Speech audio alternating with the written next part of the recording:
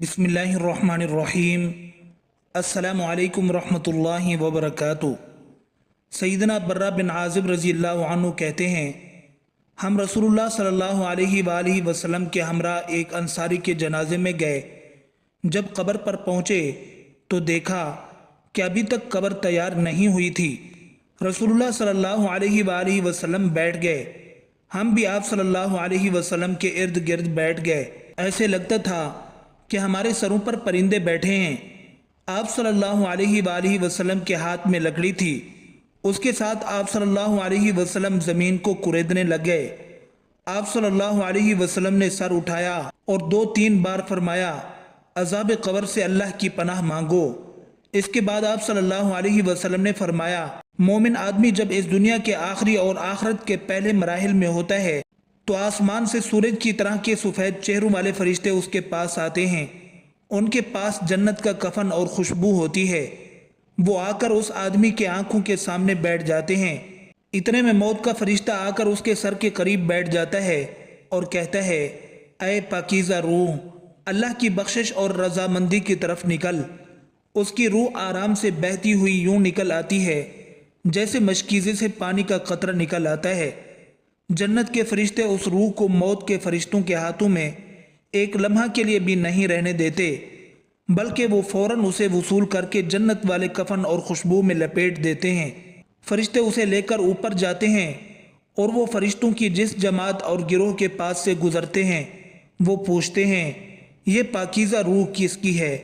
उसे दुनिया में जिन बेहतरीन नामों से पुकारा जाता था वो फरिश्ते उनमें से सबसे उम्दा नाम लेकर बताते हैं कि ये फ़लाँ बिन फ़लाँ है।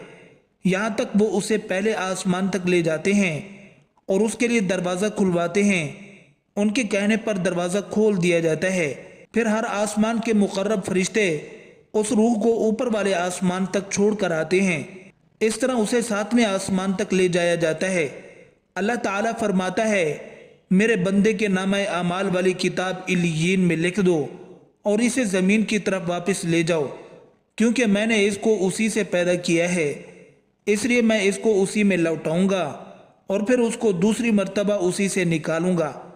आप सल्लल्लाहु अलैहि वसल्लम ने फरमाया, फिर उसकी रूह को उसके जिस्म में लौटा दिया जाता है।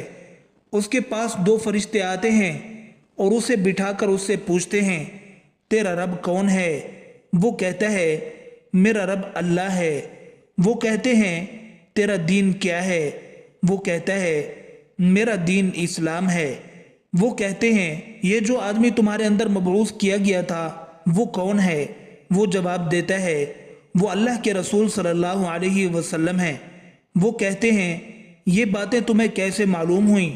वो कहता है, मैंने अल्लाह की किताब पढ़ी, उस पर ईमान लाया और मैंने उसकी तस्दीक की। इसके बाद आसमान से ऐलान करने वाला ऐलान करते हुए कहता है, मेरे बंदे ने सच कहा है, इसके लिए जन्नत का बिस्तर बिछा दो, इसे जन्नत का लिबास पहना दो और इसके लिए जन्नत की तरफ से एक दरवाज़ा खोल दो। आप सल्लल्लाहु अलैहि वसल्लम ने फरमाया, बस उसकी तरफ जन्नत की हवाएं और खुशबुएं आने लगती हैं और ताहद्द नज़र उसके लिए कब्र को फराख कर दिया जाता है। आप सल्लल्लाहु अलैहि वसल्लम ने फरमाया, उसके पास एक इंतहाई हसीन व जमील, खुश पोश और उम्दा खुशबू वाला एक आदमी आता है और कहता है, तुम्हें हर उस चीज़ की बशारत हो जो तुम्हें अच्छी लगे। यही वो दिन है जिसका तेरे साथ वादा था। वो कब्र वाला पूछता है, तू कौन है? तेरा चेहरा तो ऐसा चेहरा लगता है जो खैर के साथ आता है। वो जवाबन कहता है, मैं तेरा नेक अमल हूँ।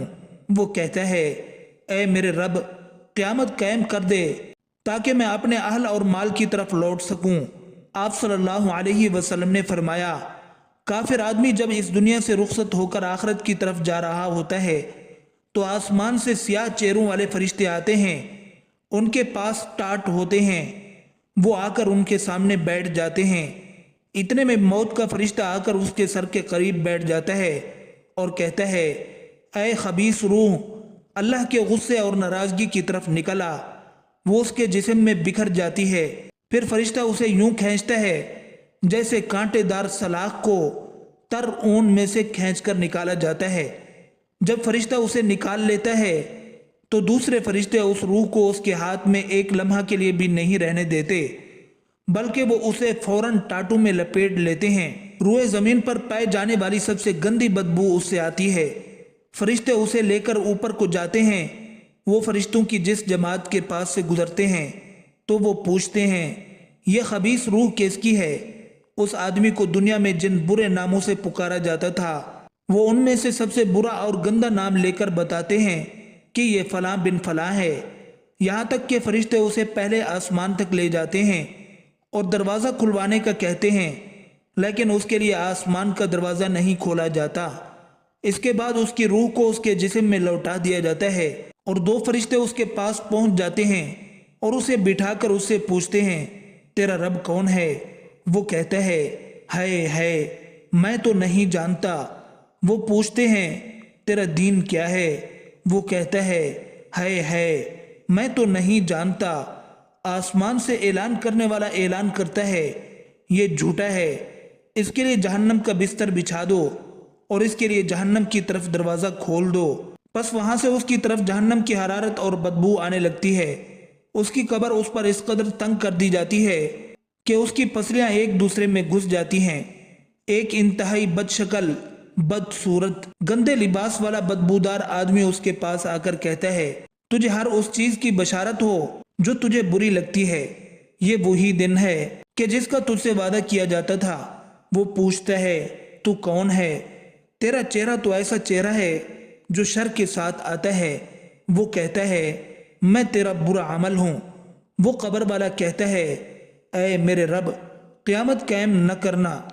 ناظرین گرامی، لیکن 8 قسم کے لوگوں سے قبر میں سوالات نہیں ہوں گے۔ ان میں ایک شہید ہے کہ جو اسلامی ملک کی سرحدوں کی حفاظت کرنے والا ہو اور اس میں وہ شہید ہو جائے۔ دوسرا نمبر وہ شخص جو مرض طاعون سے فوت ہونے والا ہو۔ تیسرا نمبر طاعون کے زمانے میں ان کے علاوہ کسی مرض سے فوت ہونے والا جبکہ وہ اس پر صابر اور ثواب کی امید رکھنے والا ہو۔ نمبر 4 صدیقین سے بھی قبر میں سوال نہیں ہوگا۔ نمبر 5 جمعے کے دن یا رات میں مرنے والا شخص۔ نمبر 6 اور اس طریقے سے ہر رات سورہ ملک پڑھنے والا شخص، اور بعض حضرات نے تو اس سورت کے ساتھ سورہ سجدہ کو بھی ملایا ہے۔ نمبر 7 اور اپنی مرض میں جو شخص قل هو اللہ احد پڑھے گا اور اسی کا ورد رکھے گا اور اگر یہ فوت ہو جائے تو اس سے بھی سوال نہیں ہوگا۔ نمبر 8 اور بعض شارحین نے فرمایا ہے کہ ان میں انبیاء کا اضافہ کیا جائے اس لیے کہ وہ صدیقین سے درجے میں بڑے ہیں، ان سے بھی سوال نہیں ہوگا۔